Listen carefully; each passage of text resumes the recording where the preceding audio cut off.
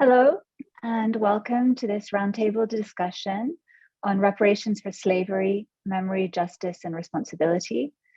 This event is being co-sponsored by the Columbia University Maison, the Department of French, and the Paris Alliance Program. I'd like to thank Shani Pierre and Fanny Gay at the Maison for helping to organize this conversation. And I also want to give special thanks to the director of the Alliance Program, my colleague Emmanuel Caton, who has really done a lot to bring this panel together.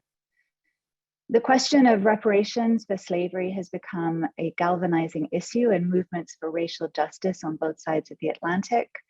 And while there's a strong level of consensus about the evils of slavery, the question of reparations remains a topic of heated and multifaceted debates. I think one reason for this dissensus is no doubt that reparations can mean many things and take many forms. And with this in mind, a team of French scholars has recently published a book that will be at the center of our discussion today. Lexique des Reparations de l'Esclavage, published by Cottias in 2021, takes the form of a lexicon. It contends that it is not possible to simply define reparations once and for all. Rather, we have to think about this concept in relation to all of the proximate and cognate terms that are regularly evoked in discussions about the enduring legacies of slavery. So the Lexique des Reparations presents definitions and commentaries on 12 words, including slavery, abolition, race, responsibility, indemnity or compensation, and justice. And these commentaries are authored by scholars coming from many different disciplines: history, philosophy, sociology, and law, reflecting the multifaceted legal, moral, and political nature of this question. I'm delighted that the book's editors, Magali, Bessone, and Myriam Cottias, are here with us to discuss the project and broader questions of reparations in and beyond France, not least here in the United States. They will be in dialogue with Olatunde Johnson and Nicolas Delalande, scholars whose work brings important perspectives to the conversation. I'm going to quickly introduce all four of these distinguished speakers and then hand over to Myriam and Magali, who will talk about the book for a few minutes. And then we'll turn to Nicolas and Olatunde for their perspectives. So we're hoping to leave a good amount of time for discussion among the panelists and for questions from the audience. The conversation will be primarily in English, though if we need some translation, either I or Emmanuel Caton will jump in. And if you'd like to ask a question, please put it in the Q&A, and you can write it in French or in English. So Magali Bessone is professor of political philosophy at the Sorbonne. She is a member of the Institut des Sciences Juridiques et Philosophiques and a member of the steering committee of the Foundation for the Memory of Slavery. Her research focuses on theories of justice, reparations, and critical theories of race and racism. And she is the author of Sans distinction de race and Faire justice de l'irréparable, in addition to the Lexique des Reparations de l'Esclavage, co-edited with Myriam Cottias. Myriam Cottias is a historian and senior researcher of the CNRS. She steers the Centre International de Recherche sur les Esclavages et Post-Esclavage, the CIRESC, and she is past president of the Comité National pour l'Histoire et la Mémoire de l'Esclavage, and the director of Cottias Press's book series Esclavage, co-editor of the online journal Esclavage et Post-Esclavage, Slaveries and Post-Slaveries. Myriam Cottias's publications include La Question Noire, Histoire d'une construction coloniale, and many collaborative projects, including one dear to my own heart, Relire Mayotte Capétia, Une femme des Antilles dans l'espace colonial français, which we worked on together, but also Esclavage et Subjectivité with Ebe Matos, which appeared in Portuguese and French. Nicolas Delalande is Associate Professor at the Center for History at Sciences Po and currently Alliance Visiting Professor at Columbia's History Department. His research focuses on the history of the state, transnational social movements, and political economy in 19th century Europe. He has a forthcoming book, Struggle and Mutual Support, The Age of Worker Solidarity, which will be published by Other Press this fall. And he's also recently published A World of Public Debts, A Political History, that came out in English with Palgrave Macmillan in 2020, and which was, co-edited with Nicolas Barèvre. Olatunde Johnson is the Jerome B. Sherman Professor of Law at Columbia University Law School, where she teaches and writes about democracy, administrative law, anti-discrimination law, civil procedure, and inequality in the United States. In 2021, President Biden appointed her to the Presidential Commission on the Supreme Court.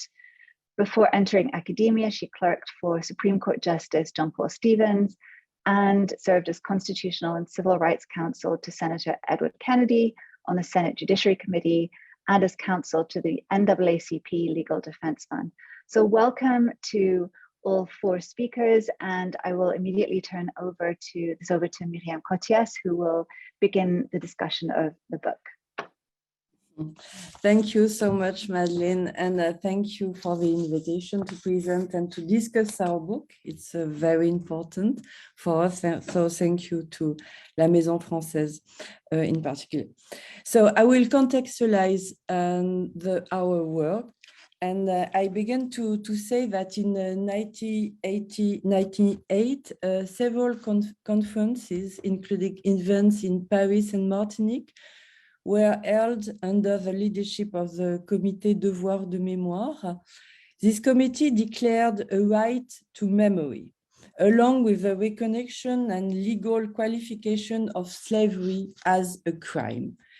Building on statements by emblematic anti-colonialist authors such as Aimé Césaire, Frantz Fanon, Édouard Glissant, and Maryse Condé, reparations were presented as necessary through as a symbolic gesture. Glissant's declaration of 1998 in particular laid the cornerstone of such symbolism. Let us also establish modalities and procedures of reparation, which will not stem from the spirit of revenge, but rather will be the start of a very healthy dynamic of union and collaboration between the peoples concerned by such an history. To fulfill the duty of reparation that Christian Taubira support, it was initially decided that a group of experts will determine damages as a condition of reparation, which would in turn be understood as compensation. During the first round of debate of the law declaring slavery and slave trade as crime against humanity in the National Assembly, this part of the text was rejected. In the end, what was retained were moral and symbolic reparation, or, as Maryse Condé put it, a historical reparation of memory. In France, reparations in the symbolic sense include many fields of action after the Taubira law. These include teaching, research, thesis, PhD prizes, research center, development in the field of cultural heritage, development of international collaborative projects. Reparation also entails the valorization of sites of memory, which now number more than 100 in France and in the overseas departments, including the Mémorial des Abolitions in Nantes, the Memorial Act in Guadeloupe, Cap 110 in Martinique, le Fort de Joux and la Route des Abolitions in the Jura, the statue of Modeste Testa in Bordeaux, or the statue of Toussaint Louverture in La Rochelle, and exhibit rooms of the Musée d'Aquitaine, among other sites. Yet, for many people, reparations continue to be understood as compensation, to be claimed in the name of injustice of the past, projecting inequality into the present. Interpreted in this way, reparations fall between distributive and corrective justice, fair redistribution attached to an ideal model of a just society, and a remedy for the racialized inequality that the years of the history of slavery have endured. These ongoing demands for compensation renew debates dating back to the abolition of slavery in France, when the enslavers received the monetary equivalent of owning the bodies of their slave, while the enslaved did not receive any compensation for their time spent in chains. In 1848, an indemnity of 126 million francs were provided to the slave owners of all French colonies: Guadeloupe, Guyana, Martinique, Senegal, Réunion, Nosy-Be, and Sainte-Marie of Madagascar. Meanwhile, Saint-Domingue, once the most prosperous of France's Atlantic colonies, having proclaimed its independence as Haiti in 1804, had to negotiate its recognition by France as a sovereign state. Recognition was conferred in exchange for compensation for the property of French colonists in the amount of 90 million gold francs to be paid between 1825 and 1885. Today, demands for reimbursement and corrections of economic equality are made by national associations such as the CRAN or other bodies with a local and global presence, such as the International Movement for Reparation. On both sides of the Atlantic, to take up Ta-Nehisi Coates' words, reparations mean a revolution of consciousness. We consider this question seriously in our research program. We consider this question as a reparation as a research field that had a scientific relevance and that was not solely the domain of activism. For us, the reparations were a heuristic tool for reconsidering the society of slavery and post-slavery. These questions provide the framework of the Reparations Project that we have conducted since 2015, which has led to the production of the Lexicon on Reparations that we bring to the discussion today. We have worked on the notion of justice, citizenship, equality, among other notions, contextualizing them first in a French context and then globalizing our research. And one of the results based on the French case is particularly interesting because it differentiates between notions that are often mixed up, such as the question of reparation and indemnities. As I say, the question of the abolition of slavery was monetized in France toward 80 and in favor of the former slave owner. In this context, we established a database of the indemnity of Saint-Domingue and the former slave, and I will briefly share my screen to show to you the database, which is really a tool, a new tool for research with the name of all people who got indemnity. And we also we have also been able to make a typology of the various forms of end of slavery in a global perspective with an interactive map. And I will again show one of our results. Excuse me, I have to do this before. I can't see this one. Okay, I will show after. I don't want to spend too much time doing this, but so we've made this typology of different sort of abolition of slavery. And we were also able to discuss the term of, and notion that have been used in the past and the present debates on reparation, which Magali will now present. I thank you, and I try to share my screen just to show you the other tool we build up. So thank you, and I will turn to Magali right now.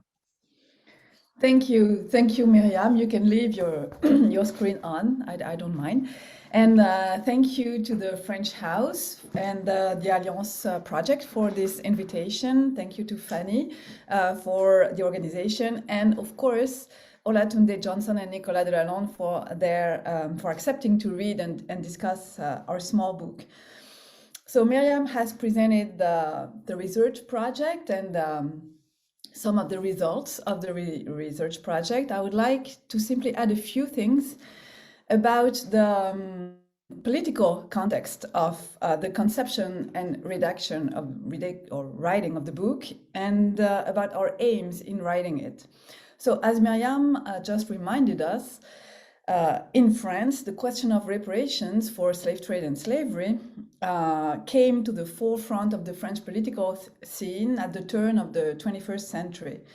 The year 1998, which was the year of the official commemoration of the 150th anniversary of the second abolition of slavery, marked a turning point in the ways in which both the state and civil society politicized the history of colonial slavery. In May 2001, the Taubira law, which Myriam mentioned already, was enacted and legally recognized the slave trade and slavery as crimes against humanity. As Myriam also mentioned, in the final wording of, or the final version of the law, it was denied any normative and repressive scope and has been repeatedly interpreted as a strictly declarative law.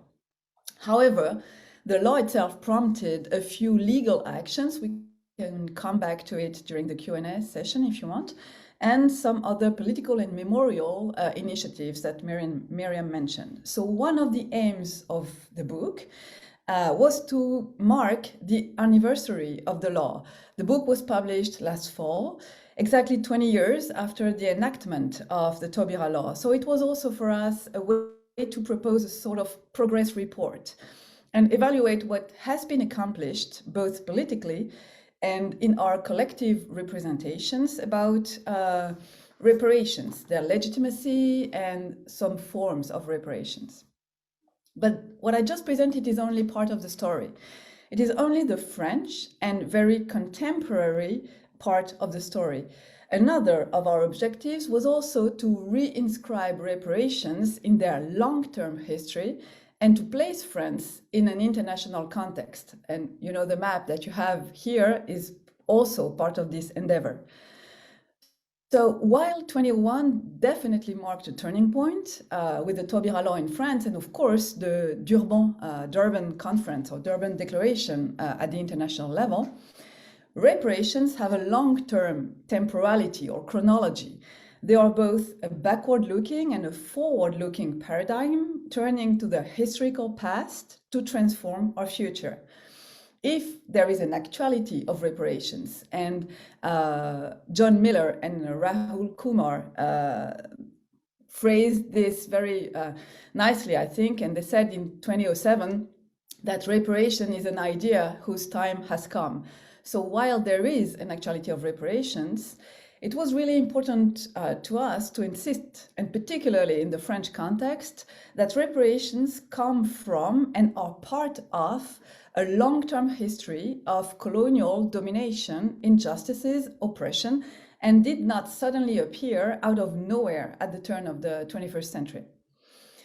Second, the lexicon is in French, and the words we study or mention in it, from their historical and contemporary usage and meaning, are, of course, part of the French language and the French episteme.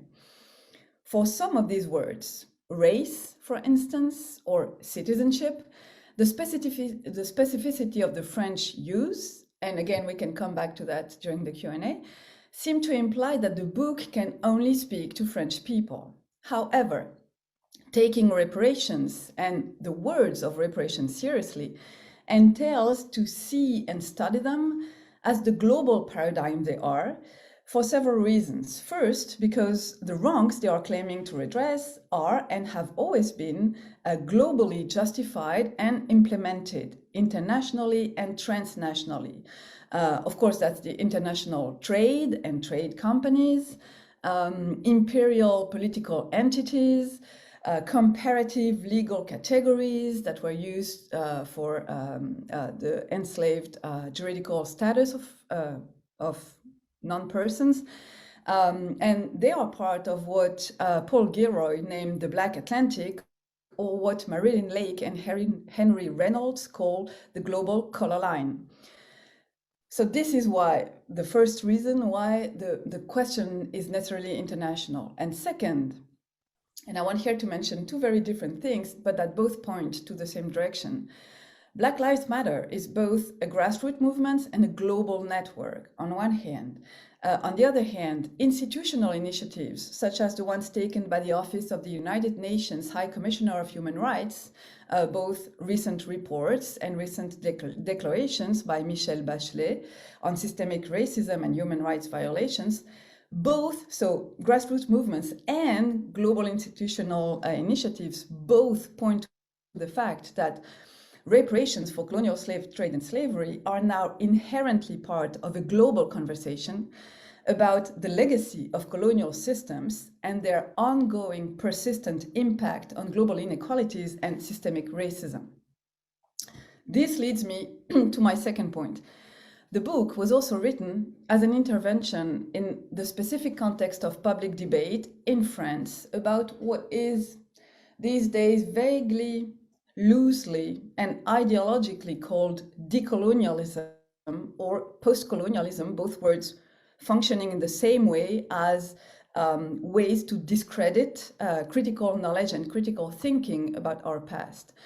They are both used by conservatives to refer to a way of producing communitarian fractures and destroy the republic. The attack in the public debate shares some similarities with the attacks here in the US context against race scholarship and critical race theory by politicians, media personalities, and conservative intellectuals. In France, so I don't want to take too much time, so trust me on that, and again we can come back to it during the Q&A. In France, our Minister of Education, our Minister of Research, or our Delegate Minister for Equality between Men and Women, Diversity and Equality of Opportunity have all attacked, and I quote here Elisabeth Moreno, the Delegate Minister for Equality. She regret in August 2021, so very recently, she wrote that she regretted that, and I quote, the public debate is being abused, mistreated by new words such as racialized, decolonial thoughts, words that hurt, end of quote. So if conservatives complain that on the one hand, we cannot say anything anymore, and on the other hand, that we should prohibit it and censor not only the works, but also the words that are viewed as threatening the narrative of heroic universalism of the triumphant French Republic, one of our aims was precisely to take seriously the words themselves and to try to intervene in the public debate, presenting what we thought was important, that is, examining the presence of the past in our present structures, norms, representations, discourses, and practices. Against this background, our small book wanted to be a scientific reply from a collective of academics, speaking as academics, albeit in a very accessible language, free of jargon, and thereby demonstrating with our contribution to the debate that rigorous knowledge and political engagement are not antithetical, that carefully and calmly studying our colonial past and its moral, legal, economical, political, enduring consequences into the present is not the same as, and I quote here our President Emmanuel Macron, breaking the Republic in two pieces, as he accused the academic world of doing. This was simply a way of engaging the dialogue. And this is why it was important, as Madeleine reminded us at the beginning, that it is a multidisciplinary collective endeavor. We, Myriam and I, edited the book, but the book was written by a collective of colleagues. Antonio de Almeida Mendes, who is a historian specialist of early modernity and Iberian worlds, Jessica Balgui, a historian specialist of the French Caribbean area, Audrey Celestine, political scientist and sociologist, Annie Fit-Duval, jurist, and Harry Gordien, anthropologist. And the choice of entries also reflects the diversity of subjects, categories, methodologies that were ours. The dialogue actually began among ourselves about justification of the categories themselves and the treatment of the categories. Each entry was carefully crafted as a collective enterprise so that readers could access them from their own angles and their own disciplinary or non-disciplinary expectations. Multidisciplinarity also reflects what was already mentioned, that is our conviction that reparations are plural, both as phenomena and as discursive claims. The polysemy and plurality of reparations are associated to the various forms in which they are formulated and in which wrongs are redressed. The wrongs themselves are plural.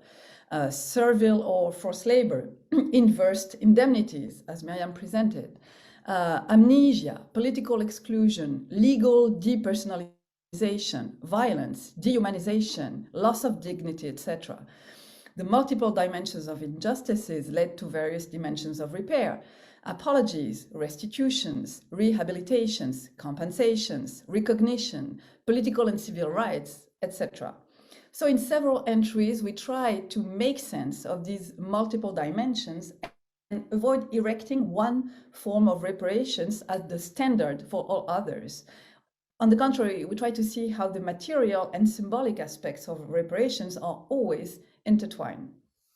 And this is why, and this is my last point, we opted for the form of a lexicon, which seemed to us to best serve our public purpose, that is, give the readers an instrument to correct the ideological distortion and false truths that self-proclaimed historians in France these days disseminate in the public space. The lexicon allows readers to freely move around in the book, to pick up one notion rather than others, to find their own path towards the reading of the book, or in the reading of the book. There is no instruction to read in an alphabetical order.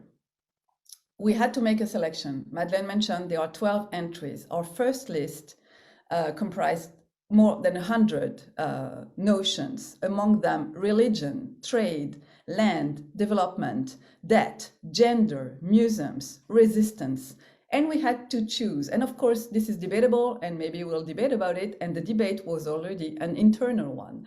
But we tried to choose notions that seemed particularly insistent in the public debate, and or particularly misunderstood, and or particularly relevant to understand the meanings and the stakes of reparations. This book, and I end with that, should not be perceived as a prescriptive discourse about reparations. A lexicon is not a Bible, of course, and it's not even a dictionary. We wanted to provide an instrument for critical thinking, and we didn't want to tell people what to think or how to think about reparations. We wanted to historicize notions, the notions we chose. Where does it come from? In what type of discourses was it used? For what purpose? By whom? Etc. And we complement each entry with a question. Questions that were usually addressed to us when we talked about our work, and the questions which allowed us to open up on contemporary perspectives, situating the notions in our political, social actuality. Thank you. Thank you, Magali. So I'd like to hand over to Nicolas Delalande to follow up with his reflections. Okay, great. Thank you. So I'll try to be short because we don't have much time. So I was really excited and interested in reading the book. So Magali and Myriam gave a real adequate and precise description of their intention. So what is really original is the format, this list of 12 entries, and it helps us think about the interconnection between various fields. So of course you have in the lexicon historical entries about abolitions, slavery, race, and so on. Much more political entries and notions such as citizenship, rights, and justice, but also moral categories, and they are really part of the volume, such as dignity and recognition. And at last, of course, some legal and economic notions that we find with indemnity, prejudice, harm, responsibility, and so on. I think, and the way when you read the book, you are really crossing all these fields and reflecting on how this issue of reparations is such a multifaceted debate, as was mentioned by Madeleine in her introduction. So as I need to be short, I will just maybe point out three elements that I found really important and interesting. The first is about the way your lexicon thinks about the relation between language, words, and politics. And you have a really strong assumption in your introduction, because, for instance, page 11, you write that the aim of the lexicon is, in a way, to try and build or find a consensus on, I quote, the meaning, the uses, and the effects of the language of reparations. And as Magali said in her presentation, you wanted to try to describe precisely the historical and current meanings of words that can be distorted, used differently by various people in society in a conflictual manner. And when reading the lexicon, but I thought that was much clearer when you presented it early, I was struck by the tension, the potential tension between this high expectation of producing a consensus for language and the idea that the clarification of language will have shape the debate in a better way. And the fact that at the same time, all the entries are showing how disputed, how debated these words have been in history and still today. And I mean, of course, this is something that you are completely aware of, but that we really see in the various entries, since if we take indemnity or other words, that of course were already debated in 1848 or at other times.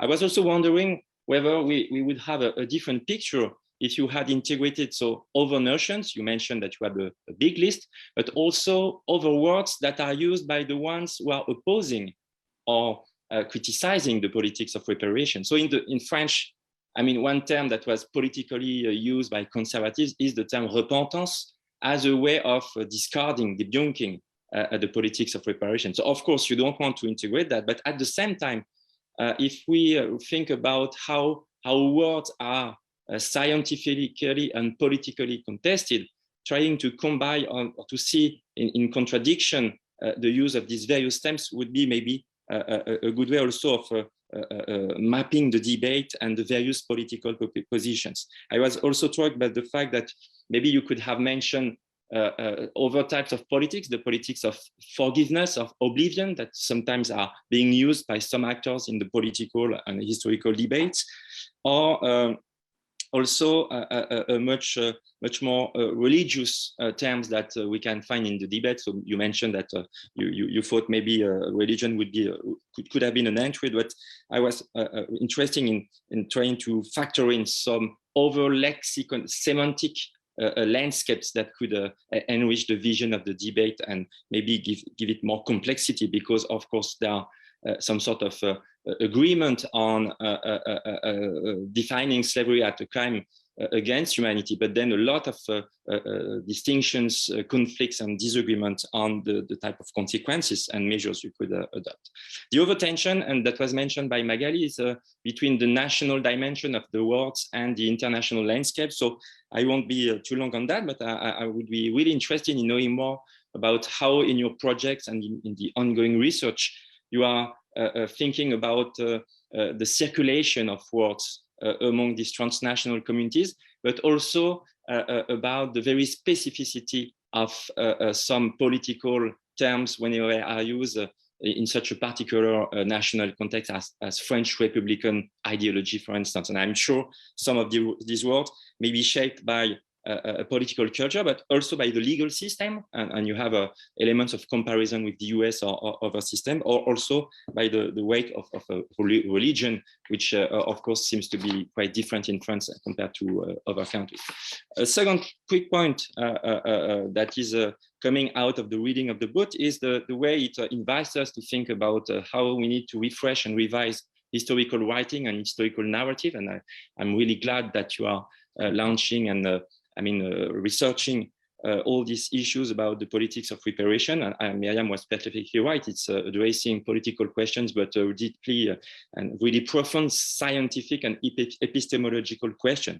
And when you read such a book and such a lexicon, you have many questions, man, about how we think about causality in history. And this is something that we find in most of the entries. So what are the causal chains that relate the past to our current society, our current situation? So, and this is of course a notion which is at the core of history and social sciences. So there is a scientific element on that. There is this issue of the longue durée of the making of social structures. So you said a word on that, but I mean, this is something really challenging that we need to take into account, not trying to frame social and political issues with these various and combined temporalities that of course create a lot of complexity, but that help us understand things differently from a current point of view. And then there is also this imperative of giving of pluralizing the way we shape and frame the historical narratives rather than only the historical narrative. And here, of course, the politics of reparation is thriving. We have in the US the 1619 Project led by the New York Times. In France, I think things are also moving, thanks to Myriam and other people, about our attempts to interweave imperial histories with national histories, with history of slavery. And I think things are really moving, but I also have the feeling that, and Magali mentioned that the risk is that we arrived at a tension between how things are more pluralistic, diverse in the way academic historians, activists, and so on are writing histories, and of course how it is received or opposed in the public space. And I mean, we need to be aware of the fact that in a way, the more pluralistic academic writing is becoming, the more tensions it's creating within society. And I mean, I don't need to be long on that, but the current French presidential election is a sad reminder of that in the current moment. And my last point, it's more on a political tone. I hope I'm not too long. Just when reading this book, I had also a lot of questions of political economy in mind. It's not only about history, about justice. It's just thinking about the history of capitalism, its connection between slavery and capitalism, this notion of property that was so central in the 19th century and that is opening so many questions today. And for me, what is really, really challenging and so stimulating is the way, thanks to this new art, not so new because it was ancient, but the fact that the language of reparations forces us to think about the role of the welfare state, redistribution, and social justice in a long durée perspective with other type of questions, or this notion of intergenerational justice, which is at the core of the reparation model. And I think, of course, it's so crucial today to build not only to repair the past, but to repair the present and build a better society. That's something that is mentioned of your book. And for all of that, I really thank you for the lexicon. Thank you. Thank you, Nicolas. Before I hand over to Olatunde Johnson, I just want to remind you that you can put a question in the Q&A if you have a question for any of the panelists. I see a couple of questions already there. So I think that Olatunde Johnson will probably bridge to the current context of the United States, or perhaps the longer historical context of debates around reparations here. Thank you for inviting me to this conversation. As was mentioned, I study law and politics to address racial inequality in the United States context. So I have relatively little to say about France, but learned so much in this conversation and reading. And I think what is striking to me right now in the United States is really the amount of energy around questions of reparations from policymakers, civil society groups, certainly. And I think this is typical in the United States context. These efforts are very fragmented across jurisdictions, across the federal government, subnational, and even private sector. And I think it's unclear what is going to happen as a result of these movements. It's really uncertain, but there is something distinctive about the discourse right now in the United States. And so it's been interesting, as I said. I actually read the book. I have to admit that I did study French, and I didn't want to admit it earlier. Otherwise, it would maybe mean I had to do this in French. I'm married to a Haitian American. I studied French because my family is from Sierra Leone, a country that is really implicated in notions of transatlantic slavery. But they came to the United States and sent me to an international school where I studied French. But it made me really interested in the question of language. So I know enough about France to know that the US context really differs from France in so many ways, including the role that slavery plays within the territorial borders of the US, right, that are different from in France. And I think more generally, the way in which American society, even with all its limitations, of course, but has a different kind of acknowledgement of the place of race, right? The long history of political and social mobilizations for racial justice in the US means we have a different racial discourse here. But I was struck by some of the similarity in some of the lexical terms, reparations, abolition, citizenship, right, justice, memory. You call it indemnity, maybe we'd say more like compensation, right? So recently in the US, abolition has been a very important word for social movements and for lawyers. So social movements linked to, you've mentioned Black Lives Matter, the movement for Black lives generally, that are contesting really a racialized carceral state and the killing of Black people by police officers. They've really laid claim to this idea of abolition to connect what they see as modern day brutality of the criminal justice system to slavery. And that's been a conversation that has emerged. I mean, its roots go far back, right? But really has come to the fore in recent years. And one of the things that's interesting is it's showing up as a way of providing an alternate account in American constitutionalism too. So it is infusing constitutional interpretation, and what scholars and advocates are really drawing on arguments about liberty, due process, and citizenship made by abolitionists even before the Civil War about what our Constitution means. And abolition constitutionalism also provides a route to say that the post-Civil War amendments, the 13th abolishing slavery, 14th on equality, 15th on right to vote, are really the product of an abolition constitutionalism that should have remade American constitutionalism. And so emphasizing this becomes a way to emphasize equality and more robust notions of citizenship than we generally get in American constitutional discourse. So I won't, if we had more time, I'd talk more about what this looks like practically, and also why I think it's arising at this time. I mean, some of it has been alluded to. I think it's coming, it's coming up largely because of social movements, and there's some practical dimensions of this, and some that are more remain to be seen. But I'll get some of this in the questions that I wanted to ask, or things I wanted to reflect on that connect to the book, which I just really, I love, and I love this conversation. So one is, I was interested in if there was any role of law in the reparations debate. And of course, law could mean courts, it can go beyond law. And you've already mentioned that the loi Taubira was very generative, and I found that very interesting, right?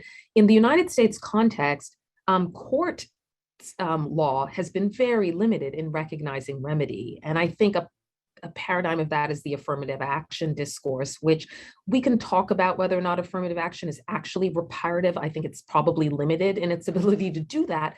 But even so, the court did not recognize and used it as a point of not recognizing that the importance of remedies. So that's one thing I wanted to note. The second is on what you said, especially in Magali's comments, this project was about, that maybe holding out the hope that if we agree on language, we understand language, we can have a better kind of discourse. And I've been really thinking about that in the American context, because you see a lot of resistance. So even as you see the rise of a lot of movements around reparations, you see a lot of resistance. And we see this even about memory. So right now, there are these anti-critical race theory bans. You've been hearing, I'm sure, about some of the book banning. There's, of course, a conflicts over 1619, but also Confederate monuments. So even what we think is the mildest forms of intervention about memory are heavily contested.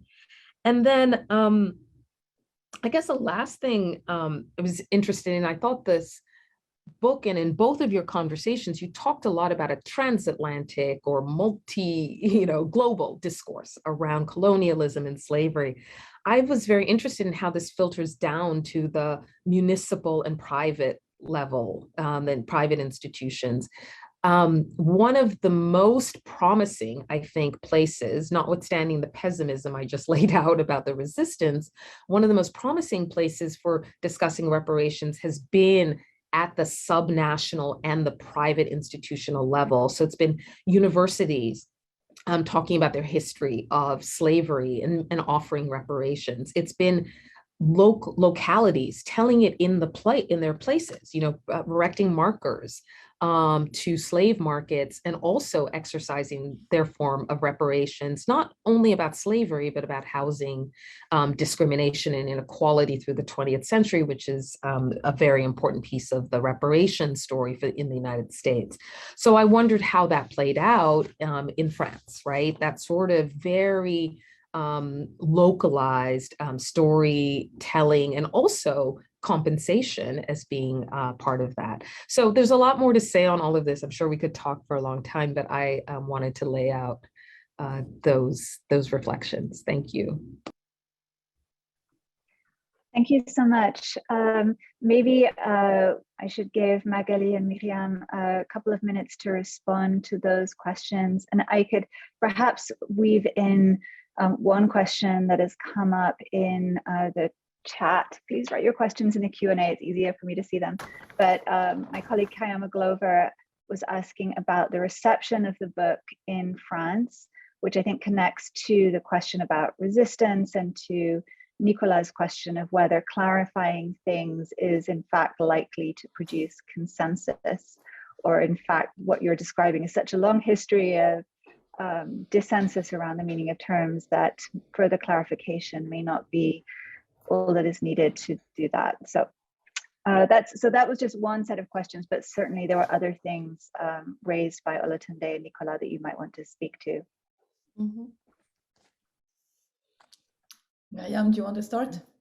Yes, thank you very much for all your comments and questions. It's very valuable for us.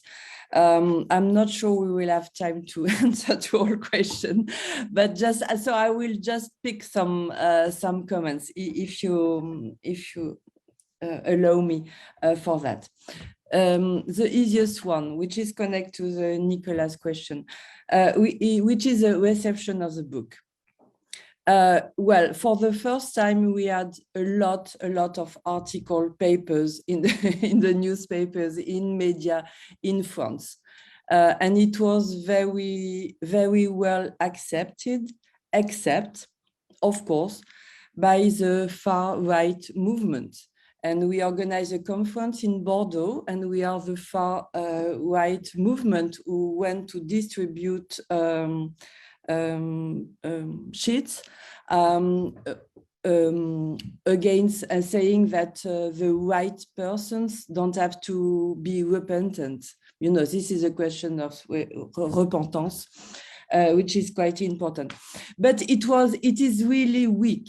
I mean, it's really weak, and the global reception of the book was good because of the question of justice and the feeling of injustice. And I think it's going more and more important in the public perception.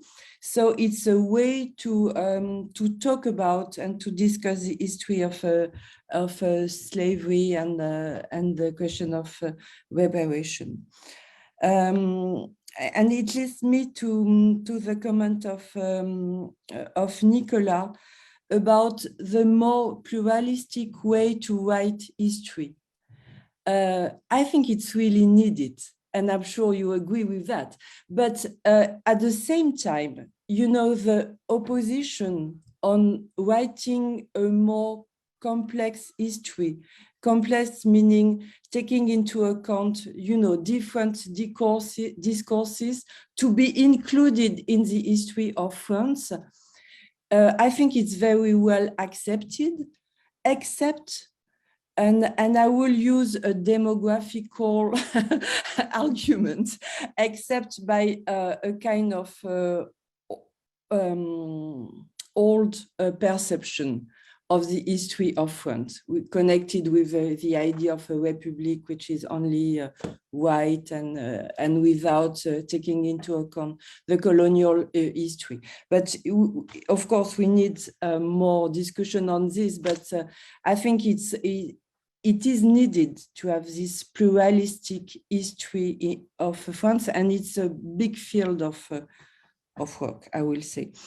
And Olatunde, on Johnson, on the global discourse, it's very important what you say on the sub-level of action for memory of on slavery, because actually it's true that at the level of municipalities, it's the way to answer to the question of reparation translated into reconnection of people, meaning that you take into account that France is a plural society, is more possible at the level of municipalities because of the tension between municipality and the associations who are part of the city and could address really the question of the presence of the history of memory in cities. Maybe I will stop here, and thank you so much for your question. Yes, thank you very much. And of course, it's very frustrating because we won't be able to address all the things that you mentioned and that are really, really important. I just want to come back to two things maybe. The first one is, I mean, in reply to Nicolas, why didn't we use, or why didn't we mention the words of the persons who are against reparations, such as, for instance, repentance, but oblivion. So oblivion was also in our first list. So yeah, this was of course something that we discussed among ourselves, and repentance particularly was almost there. I mean, up until the end, we were not sure whether we should include it or not. It was the last term. We almost added it at the last minute. But the reason why we didn't, and again, it was a long conversation between us, was that we didn't want the terms of the debate to be confiscated by the negative perception of reparations. We didn't want to be dictated the terms with which we wanted to talk about reparations. And I personally think that it is already happening a lot in the public debate in France, particularly because of the presidential elections. And I think that the right, the far right, but also more mainstream right, is actually giving us the terms with which we should be thinking about what we do. And here, of course, I have in mind woke, cancel culture, and terms as Islamo-leftism, etc., which we hear. And I think that one of one of our objectives and one of the things we should be doing as academics is to deny that there is any scientificity to these type of terms, and to get to choose the vocabulary, the concepts, the notions, the ideas that we think are important in the debate. So that's, we didn't all agree. I mean, some of us thought that repentance should have been there. So yeah, I think this was something that we talked about, and something we finally in the end opted for. And another reply to both of you is about translation. So of course, I mean, circulation of ideas, translation, and the relation between France, US, global context, other contexts. And so I saw in the chat that someone asked whether there was a public, an English translation. Yes, there will be an English translation. We started working on it, actually. But one of the things that, again, we started talking about among ourselves is it won't be able to be a translation. I mean, we won't be able to just translate the book. We will have to adapt the book. And we are actually planning an English translation or adaptation and a Spanish one. And again, for the Spanish one, it won't be able to translate. So, and this is, I think, very typical of exactly the questions you both raised. That is, how do you connect the specificity of the context, of French context, even with its imperial past and its transatlantic setting, and the people, the languages we talk about? Do we think that if we manage to have a common vocabulary, there will be consensus about ideas? I mean, we hope, but we don't think so. I mean, truly. We just think that it would be better if we had at least some common ground. But I don't think that we can imagine that would be putting too much emphasis on discourse. And I don't think that the materiality of the social life is only dictated or determined by discourse. So I don't think that it would be possible to live together happily ever after if, and only if, we manage to speak the same language. But I also think that it's a really important point that we try to find at least some basic common ground in our language, and then try to move on to some other dimensions of reparations. Okay, and I have so much to say, but yeah, I think I should stop here. So if the panelists agree, I'm going to take the liberty of extending the conversation for just a few more minutes, because we're really just scraping the surface of some really interesting points. And there are questions that have come up in the Q&A, which I think are really relevant to the discussion. So I'm going to gather together a couple of these that, first of all, relate to the question of the interweaving of the global and the national, both in the history of slavery and abolition and in the question of reparations. So there's a question from Bessone Deb about how the reparative turn in counterpublics among intellectuals in France, whether that includes reflections on transnational repair work to be done in the global south in the wake of violently extracted imperial operations of capital and militarizations, whether the thinking about reparations extends to thinking about reparations for different regions in the global south that have been impacted by military or extractive capitalist interventions.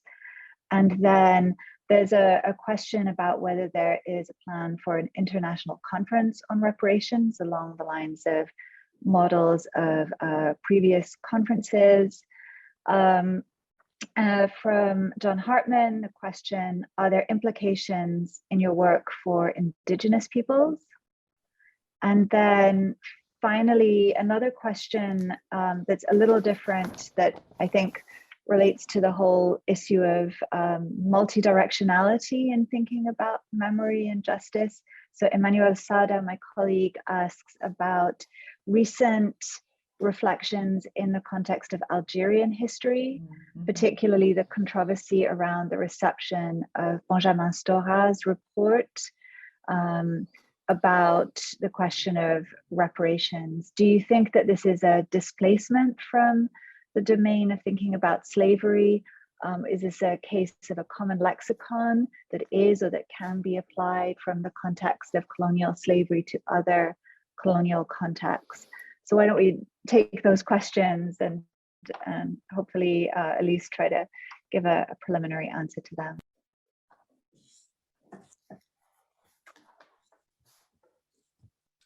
Myriam, do you want to start? Or yes, I'm not sure I got the first question, but you will correct me if you want. Well, for the question, our lexicon was really centered on the Atlantic slavery and the heritage in the present society in France. And the transnational dimension was really a way to say that words circulate into the Atlantic, but they create a different situation locally. And I think it's really the tension between the global and locally that we try to work on in the lexicon, meaning that we were talking about France, but France in the world and in conversation in the world around the question of slavery, which lead me to the question of the indigenous people. If you read the anti-slavery, there is this question of indigenous people connected to the question of reparation, which is more not reparation at this time in the 15th century, but which is restitution, and how it was connected and organized with the conception of the black body as a property, and through the difference of baptism and things like this. But we did not take this question of the indigenous people as a question in the entry of the lexicon, because we were really centered on the Atlantic and slave trade and slavery. And I think what is still important is really to have the word situated in a special context. I mean, we could and we have a thought on the domination and the violence. Domination, violence connected to colonialism and in different space. But I'm not, I think we really need to work on a special condition. And in order to give to the world their meaning in special place. And it is because of the correct full definition, a situate definition, that we could be in conversation with the other on strong basis. Yes, I will stop this. Yes, I just want to add something. I completely agree with Myriam's reply, and the small lexicon, again, it was small, and again, it may be just the beginning of a new adventure about a very much larger project in which we would finally get to talk about the 100 and more entries that we had in mind. And then, of course, that would change the whole paradigm or perimeter of our thought. But for this little book, really, we focused on reparations for slavery, slave trade and colonial slavery. It doesn't mean that the question of reparations should only, or that we only conceive it for reparation, for slave trade and slavery, as opposed to other types of reparations in colonial context. It just means that that's what we focused on. I personally think that it is important to imagine reparations at a more global level, that is reparations for historical injustices, also including colonial injustices that are not specifically slave trade and slavery. But then, as Myriam said, it's probably not exactly the same categories, the same paradigms, the same difficulties. It's not the same time frame either. And to reply to Emmanuel Saada particularly, the Algerian history, in contrast with slave trade and slavery for the so-called old colonies, is a much more recent history.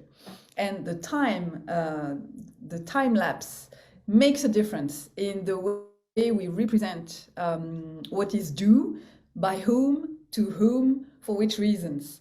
And these changes, I think, not only the symbolic and material aspect, but also the legal aspect of reparations. And that leads me to come back to what Olatunde said about the rule of law. There were some cases in France, a couple of cases that are still actually ongoing right now, that tried to sue the French state or some French institutions for slave trade and slavery. Up to now, they lost. They lost in first instance, appeal. They lost at each step of the process, of the legal process. I think that for Algeria, the legal terms would be completely, and I know they would be completely different. They probably would be closer to other international cases, such as the Mau Mau, for instance. And I think that the legal categories, norms, and procedures then would be very different. And then the conversation, of course, would take another turn, I think, because what happens in the courts also produces differences in the political conversation. So this is also why we wanted to focus on very specifically slave trade and slavery here, but we are completely aware that this is a larger conversation about reparations. So I'm just going to take two last questions, and I apologize to everyone whose question I haven't got to.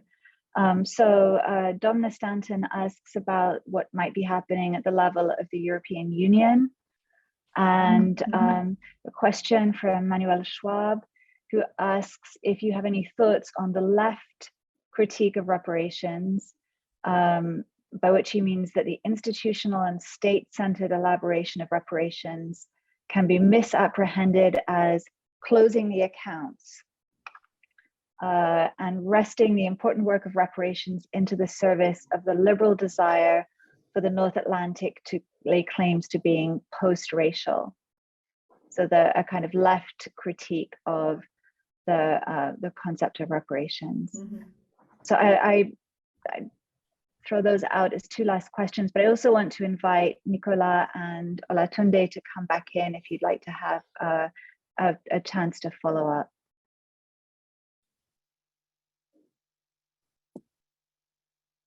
I wanted to say a word about similarities. I mean, I saw that François Hollande had quoted Aimé Césaire. I don't know if that quote is apocryphal or if it's really there, on l'impossible réparation, like the impossibility of actually accounting. And that happens in the US context. You know, how could you ever put a dollar amount? And I think that I'm sure there's more to the left critique.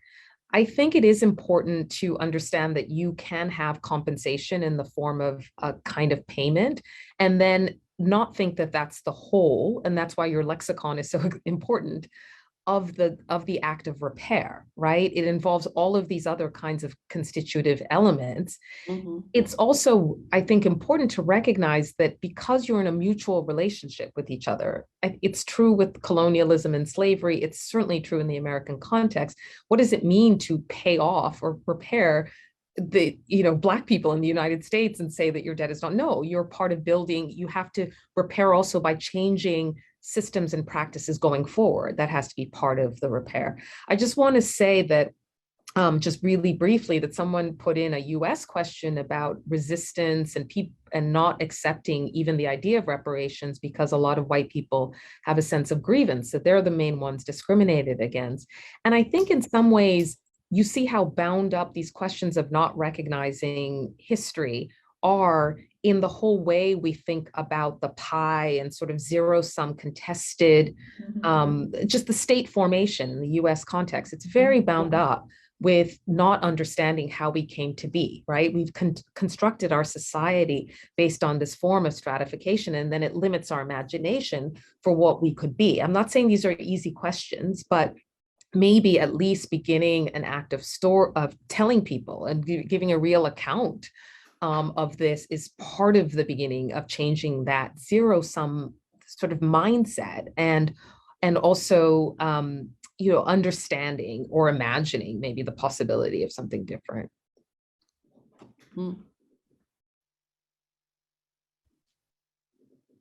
Yeah, so just a short words on the idea of how the lexicon could be extended or used to describe a situation. And I think when I read your book, I thought that many of the notions of the terms also apply. So I had this question of the interaction between the issue of slavery, Atlantic slavery, and colonialism, of course. But in France, we also had recently all the debate on restitution. And I think the notion of dignity, responsibility, and property and so on are at the core of the report that was written by Bénédicte Savoie and Felwine Sarr, and I think there are many connections. So there may be some specificities, but in terms of the legal, the moral, and the political notions, especially dignity, which was really central in the way Sarr and Savoie were thinking about that, is something that can cross really the various. But at the same time, it shows that in the French case, especially, law can be used as a barrier or an obstacle. And as Magali said, when we read the lexicon, we see that in the French case, the issue of material reparations before courts seems to be limited. But if we go back to the debate on restitution, what they also show is that the core of the issue is how do you think about notions such as inalienability of the public domain and so on. So it brings forward the question of a legislative transformation of how law is framed, and it framed in such a way as not being able to answer this notion. And someone in the chat raised the issue of prescription and so on. So we know the classical arguments that maybe brought forward to oppose some of these claims for material reparations or so on. Magali, Myriam? Maybe just one word to, and then I'll leave the last word to Myriam. Yes, that's something also I think we mentioned it in the introduction, and this is also a very important aspect. Reparations are backward looking, but they are also forward looking. And what we insist on is that we want to repair the present for the future. And in this way, the reparative paradigm is transformative.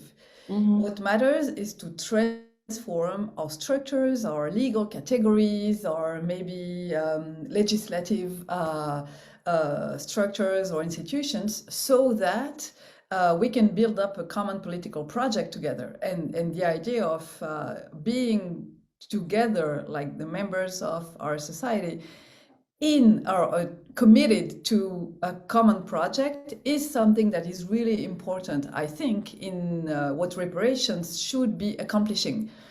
And this is why, and when I say common political project, then of course that raises the question of the boundaries of the polity, or of so local, national, regional, such as in Europe and the European Union. Indeed, it's a very important agent in the reparations conversation. In Belgium, there are things that are happening that are really interesting. Netherlands and Germany also are involved in the restitution and museography reflection upon reparations. So we can see that there is a momentum in Europe right now, and France is only part of this European momentum, but also maybe even more globally. So from the most local to the most global, it involves something that's the relationship, the relations that we want at all levels to have between ourselves as part of a common political project. And I think that we cannot go forward without looking backward at our past and considering what we want to do with it, and not, putting the lid on or considering that once the debt has been paid, then we're good. I mean, we're good to go as if nothing had happened. We don't want to erase the past, but we want to build upon the past for the future. Mm-hmm. Yes, just a few words. Reparation as a transformative paradigm, I think it's a very important notion, because it's also a notion which is taken by association and by citizens.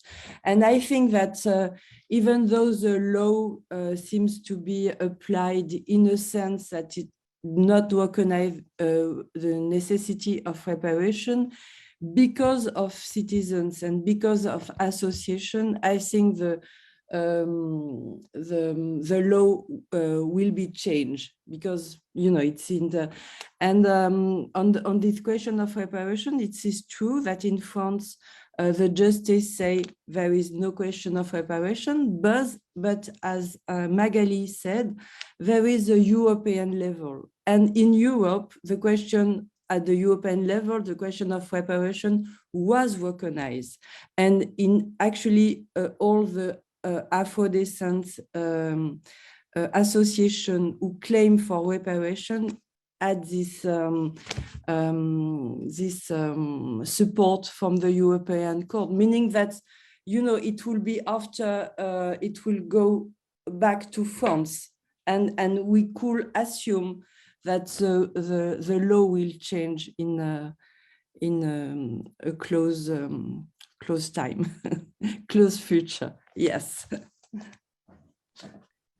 Okay, so unfortunately, we have gone over quite a bit, so I think we really do have to end here, even though many things remain unanswered in the chat. So thank you so much, Magali and Myriam, for this great book. It will be great if it is translated into English. Translating something that's inherently a dictionary is always a really fascinating project, so we look forward to seeing how that goes. And thank you for being here for this this really rich discussion. And thank you as well to Olatunde and to Nicolas for your really astute questions and comments. And then finally, thanks to everyone who has attended, and again to my colleagues at the Maison Française. So thanks and bye-bye. Thank you very much. Thank you, very much. Olatunde, Nicolas. Thank you. Bye-bye. Thank you.